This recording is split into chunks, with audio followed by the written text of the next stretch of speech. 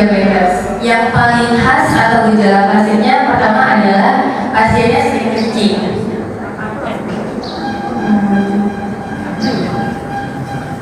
Pasiennya sering kencing.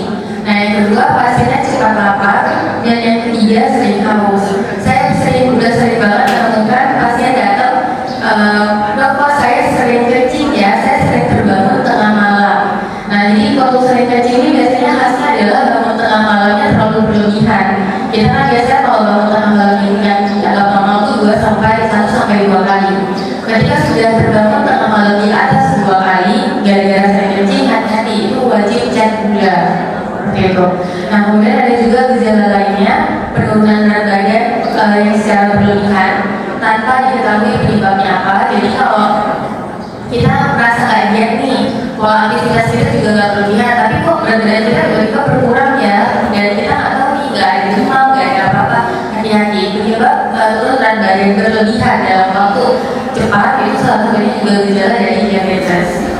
Nah, gejala lainnya adalah adanya infeksi di kulit yang sering banget timbul, jadi sering kayak bisul-bisul, kemudian kakinya sering kesulitan, padahal aktivitasnya kayaknya nggak ada yang berubah, gitu-gitu aja.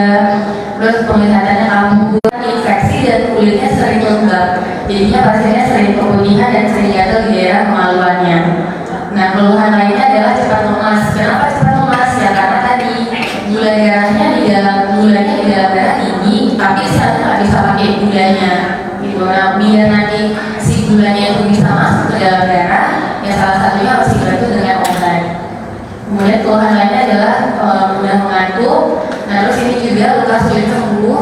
Kalau orang-orang bilangnya luka diabetes basah, padahal sebenarnya di medis tidak ada gula kering, gula basah itu nggak ada ya, itu sebenarnya istilah awam aja. Kemudian pada pasien pria juga hati-hati. Saya juga beberapa kali menemukan datanya dengan impoten, padahal masih usia 30-40. Nah, pas dicek ternyata gulanya sudah tinggi. Jadi ini adalah beberapa gejala yang sering ditemukan pada